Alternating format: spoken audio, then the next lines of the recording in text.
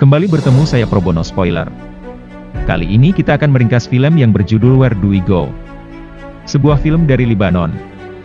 Film ini menceritakan pentingnya toleransi. Film ini diperankan oleh Nadine Labaki, Caroline Labaki dan lainnya. Film dimulai dengan memperlihatkan sebuah desa di Lebanon, di mana desa ini dikelilingi oleh ranjau. Desa ini kita kasih saja namanya Desa Ruat. Di desa ini dihuni oleh masyarakat yang beragama Islam dan Kristen. Meski berbeda agama, mereka sangat toleran satu sama lainnya. Gereja dan masjid berdampingan. Kuburan umumnya juga berdampingan. Di sisi desa memperlihatkan sekelompok perempuan yang sedang meratap. Mereka ini menuju sebuah area lokasi perkuburan. Terlihat, mereka ini ada yang beragama Muslim atau Kristen. Ada Fatimah, Amale, Yvonne, Takla, Afat, Aida dan wanita lainnya. Mungkin adat istiadat di Lebanon, sebelum ziarah mereka bergoyang-goyang sedikit. Mungkin ini menggambarkan kesedihan di hati mereka masing-masing. Ini terlihat di mata mereka yang nampak sayu. Sesampainya di lokasi kuburan, mereka segera berpisah. Ada yang ziarah di kuburan Kristen dan sebagian lainnya menuju area kuburan Muslim. Pokoknya mereka ini memang kompak dan toleran. Fatimah menuju kuburan adiknya dan Amale menuju kuburan suaminya. Amale ini janda beranak satu. Meski janda, dia janda yang cantik dan menawan. Di sisi lain terlihat Nasim dan Rukos baru saja pulang dari kota. Mereka ini membawa parabol. Mereka disambut dengan arak-arakan kecil oleh sebagian anak-anak dan pemuda di sana. Soalnya dengan antena parabol ini mereka dapat menonton televisi dan melihat dunia lainnya. Mereka terlihat sangat senang. Karena sinyal yang kurang, mereka pun mencari sinyal di daerah yang cukup tinggi. Terlihat mereka membawa antena parabol ke atas gunung agar sinyal cukup kuat. Lama mencari, akhirnya mereka menemukan lokasi di mana antena parabol dapat dipasangkan. Di tempat lain Rabi sedang membantu Amale mengecat rumahnya. Rabi ini sebenarnya menyukai Amale. Ini terlihat pandangan Rabi yang selalu tertuju pada Amale. Karena mengecat rumah Amale, Rabi terlihat membersihkan dirinya, memotong rambutnya, agar terlihat rapi dan tampan di depan Amale. Soalnya malam ini dia akan menonton TV. Jelang malam warga desa mulai menuju tanah lapang guna menonton bareng. Jadi ternyata, parabol tadi digunakan untuk nonton bareng. Semua warga terlihat antusias. Mereka juga terlihat membawa anak-anak, suami dan istri mereka. Bioskop alias TV pun dibuka. Sebelum mulai, seorang tokoh masyarakat memberi pengarahan bahwa mereka wajib menjaga ketertiban saat nonton. Tidak ribut yang dapat mengganggu teman di sebelahnya. Besoknya Rabi kembali mengecat rumah Amale. Dia selalu melepas pandangannya ke Amale. Amale ini ternyata memang cantik. Matanya besar, hitam, bak bulan purnama jelang pagi hari. Dia kembali menghayal dansa dengan Amale. Tapi belum usai hayalan tingkat tingginya, dia dikejutkan dengan sandal yang jatuh di punggungnya. Dia pun terkejut dan kembali sadar. Keesokan malamnya warga desa kembali nonton bareng. Kebetulan remote TV cuma satu, dan itu tidak bisa dipegang oleh banyak orang. Pada saat channel dibuka, terlihat langsung film orang dewasa yang sedang endehoy. Perempuan sedikit protes soalnya di sana juga banyak anak-anak, mereka pun minta digantikan channel lain. Channel pun diganti oleh operator. Dia memilih channel orang yang sedang menari. Dia kemudian menggantinya, dan mengambil channel berita.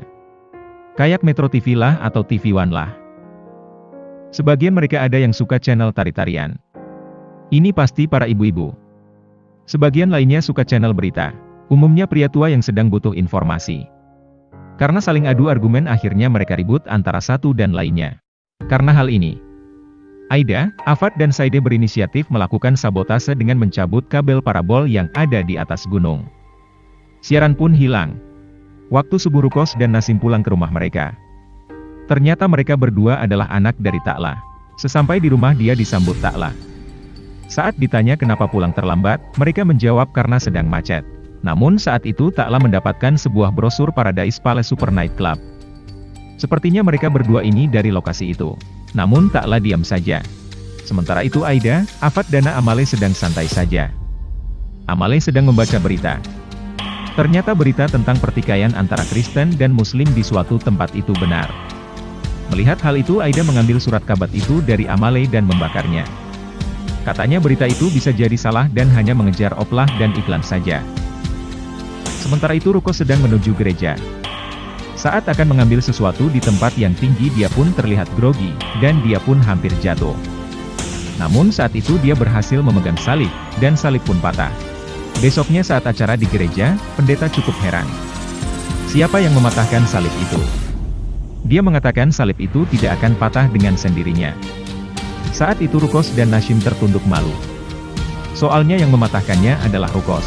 Ada saja yang nyeletuk dan mengatakan bisa jadi yang mematahkan salib itu dari kaum muslim. Afat dan Tokla saling memandang, mereka yakin itu tidak mungkin. Besoknya saat akan masuk waktu subuh, warga desa dikejutkan suara alat pengeras masjid yang berada di atas menara mengeluarkan suara kambing. Imam masjid segera menuju lokasi. Ternyata di dalam masjid ditemukan banyak kambing yang sudah berak dan mengacak-acak masjid. Disinilah pertikaian antara warga dimulai. Warga Muslim dan Kristen saling ejek. Padahal mereka tidak tahu menahu siapa yang salah.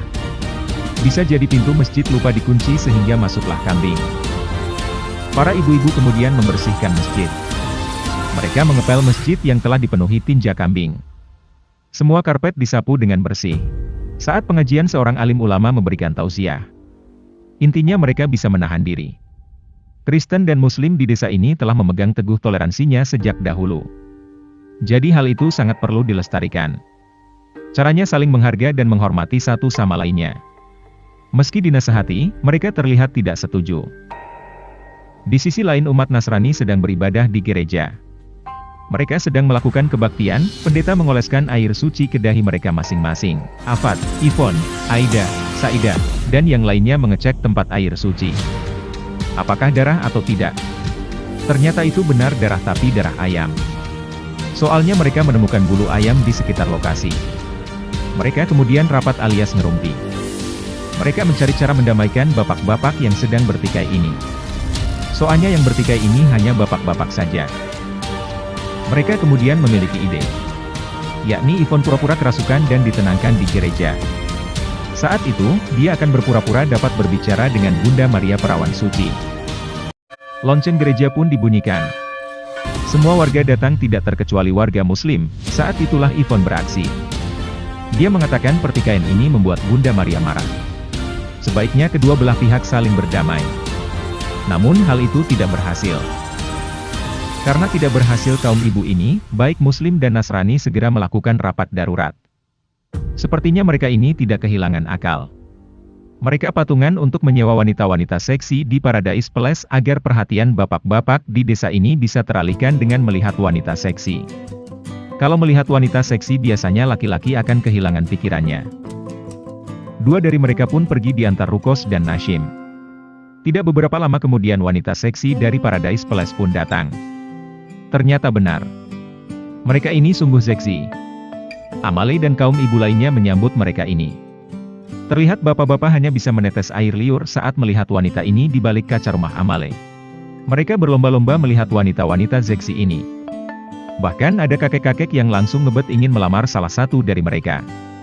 Tapi saat ditanya Ivon apakah mereka masih mampu, mereka pun menjawab mampu. Waduh, desa yang dulunya tegang ini akhirnya menjadi damai. Wanita seksi ini juga diajak jalan-jalan keliling desa oleh kaum ibu. Saat mereka berjemur, terlihat penduduk desa baik itu tua, dan anak-anak mengambil air untuk mereka agar mereka merasa adem. Sebab cuaca memang panas. Antrian juga terlihat di barbershop. Para pria mulai mengubah penampilan mereka. Agar terlihat lebih gagah dan ganteng. Tukang cukur mendapat berkah tersendiri. Tidak hanya itu, para ibu-ibu ini juga mengajak wanita seksi ini ziarah ke kuburan. Kuburan Muslim dan Nasrani terlihat berdampingan. Puas keliling kampung, kulit wanita seksi ini menjadi tambah coklat dan manis. Malamnya mereka mengirim salah satu wanita seksi ke rumah Saideh, intinya sekedar ngotas santoy dan melobi agar Saideh jangan membuat keributan lagi. Wanita seksi lainnya pergi ke tempat nongkrong kaum bapak-bapak. Bapak-bapak yang sedang nongkrong sambil ngopi ini terlihat seperti ikan melihat cacing. Mata mereka tidak berkedip.